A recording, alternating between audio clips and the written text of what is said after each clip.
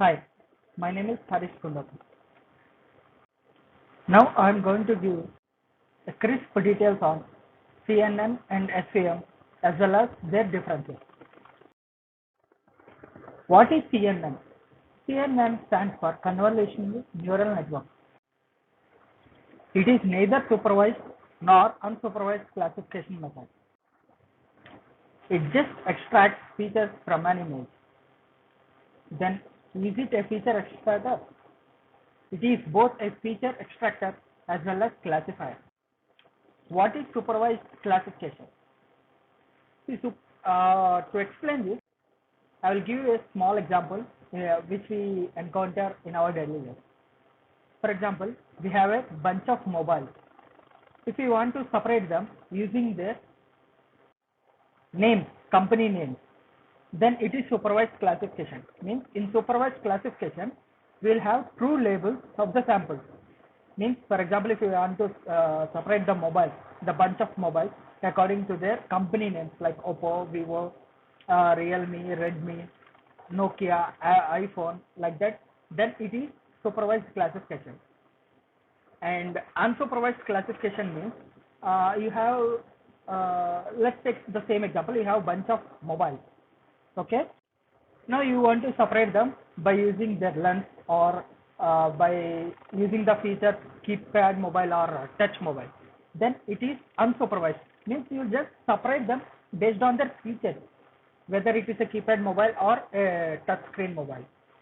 Or you can separate them even by their display length, like 6 inches or 6.5 or 5 inches or 4 inches, like that. So you don't know the labels of it. You will just separate them by using that feature. So that is known as unsupervised. Then what is feature extractor? Feature extractor is nothing but which extracts the feature from an image. This is the basic block of convolutional neural network. Here the input for convolutional neural network is the input image. Then we will be using a kernel which is used to generate this convolution layer. Kernel size will be 3 cross 3, 5 cross 5, 7 cross 7. That depends upon the application. Even the kernel features, like it is a Gaussian kernel or mean kernel, whatever it may be, it depends upon the application. But I'm just giving the basic idea. So how the CNN works. So initially we will be having an input image. We will be having a kernel which is used to convolve the input image, and we will be getting the convolutional layer. And from that we will be doing sampling, whether it is upsampling or downsampling. We will be getting subsample layer, and from that again we will be using a kernel here upon the sample layer or the subsample layer to get convolution layer, second convolution layer, and we will be doing sampling again, whether it is upsampling or downsampling, and then we will be flattening. This layer is also known as fully connected layer, and based on the output we will be deciding what it is. All the convolution layers and the subsampling layers will consist of feature extraction process. And lastly, this one, classification, belongs to the flattening layer, and decision taking includes classification. For this, I'll give a simple example. We have handwritten digits. If you want to recognize which digit we have written using convolutional neural network, means, for example, if we humans see it, then we'll identify which digit it is. But the system or the computer doesn't know what it is. So we'll be training it. And the process how it identifies the digit is like this. This is just an example, but it has many applications. See, for example, I have written digit 2 here. Okay, then I have used kernel. I have got convolution layer, and I have downsampled the convolution layer. So I have got a sample layer, and again I have used kernel here on the sample layer 1 here. Then I have got the second convolution layer, and again I have downsampled it, and I have flattened the entire feature layer, feature vector, or you can say feature sample. So I have got these values. So I have written 2. Then obviously my output should be 0, 0, 1, and rest all 0. Rest all 0. These digits include 0 to 9. Okay. If I get 1 in the second number position, like in third position, then I can say that I have written 2 here. Like that, if I get the output 1 in last but 1 position, then I can say that the input digit is 8, or the handwritten digit is 8. In this way, this works.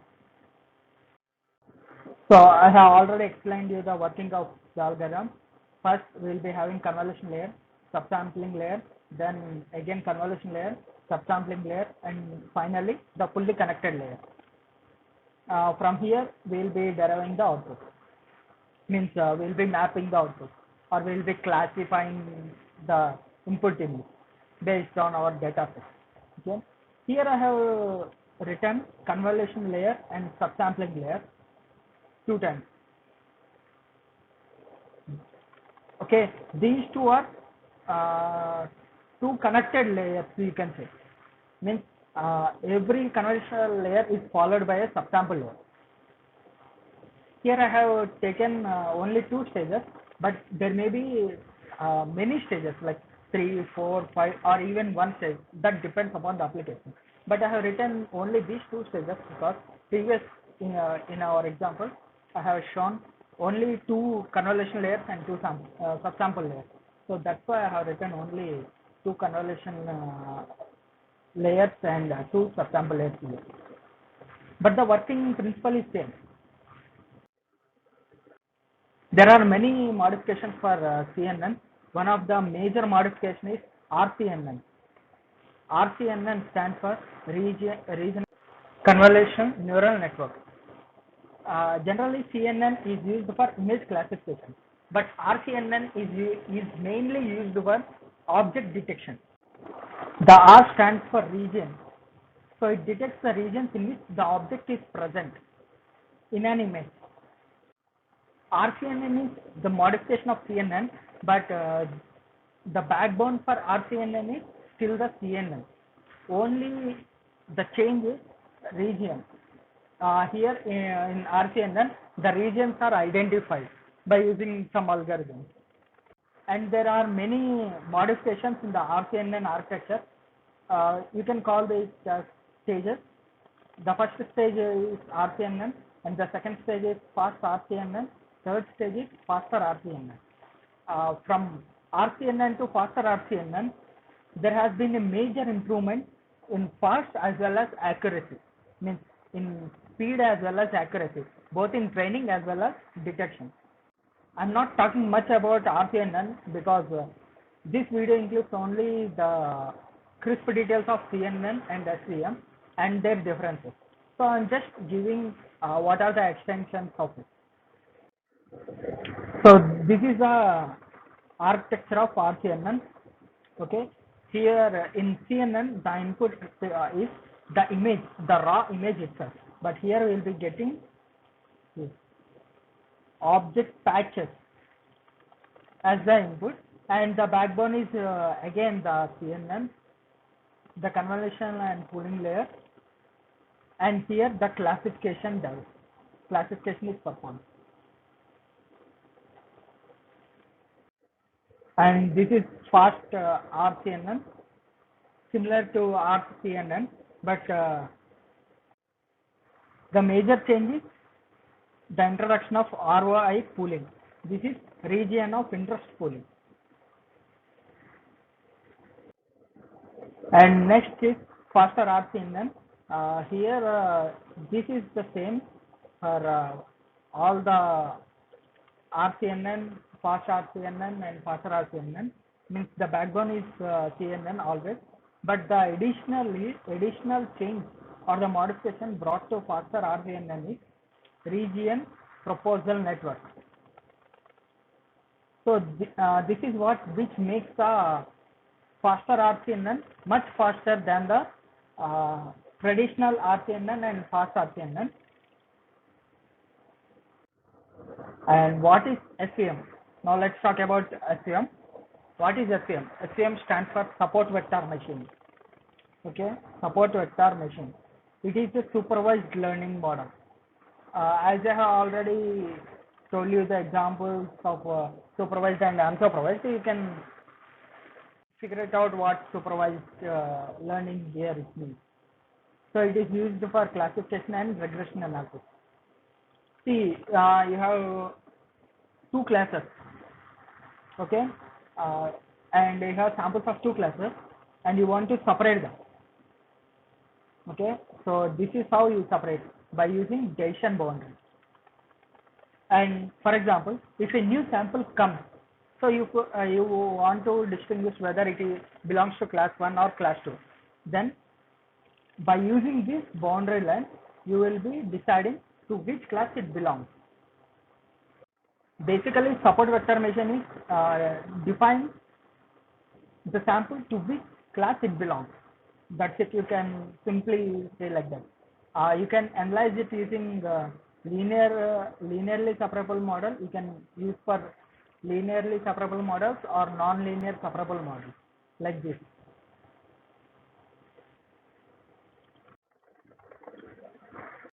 Now, previously we have talked about the extension of CNN. Then, does SVM has an extension? Yes, it does have an extension, and it is called RBF SVM, Radial Basis Function SVM. It is just the extension, or you can say upgradation of SVM. It is used to tackle other than linear and non-linear problems. See, previously we have seen what is linearly separable and non-linearly separable. Do we have any other different kind of problem? Yes, we do have. See, for example, in PCM we know that the dimensionality will be reduced. Let's say, for example, we have a sample, and by using PCM we have reduced the dimension. Now the samples are scattered like this on the unit vector. Let's say, now this belongs to class 1, this belongs to class 1, and this belongs to class 2, and again this belongs to class 1. Now we need to separate these classes by using a decision boundary. Okay, now getting these decision boundaries is quite complicated as well as computationally expensive. So how do we differentiate these classes? So here comes RBF SVM. So for example, let us assume these classes have peaks and valleys. So class 1 belongs to peak and class 2 belongs to valley. This is just an example. I'm trying to give how this works. I'm trying to explain how this works. Now these two can be separated by using this one. Sorry, this line is not quite. Yeah. Now we can separate these two classes. So here comes the role of RBF SVM. So this is used to accurately and more efficiently separate the classes. And RBF SVM uses Gaussian curves for separating the classes. Now finally we have arrived for the last part of our presentation, or the video, that is difference between CNN and SVM. CNN is mainly used for image classification, as I have already mentioned, and RCNN is used for object detection. SVM is mainly used for classification and regression analysis. CNN is neither supervised nor unsupervised learning model, but SVM is supervised learning model. Means you have to give the samples along with true labels to SVM. But in case of CNN, no need to give the true samples.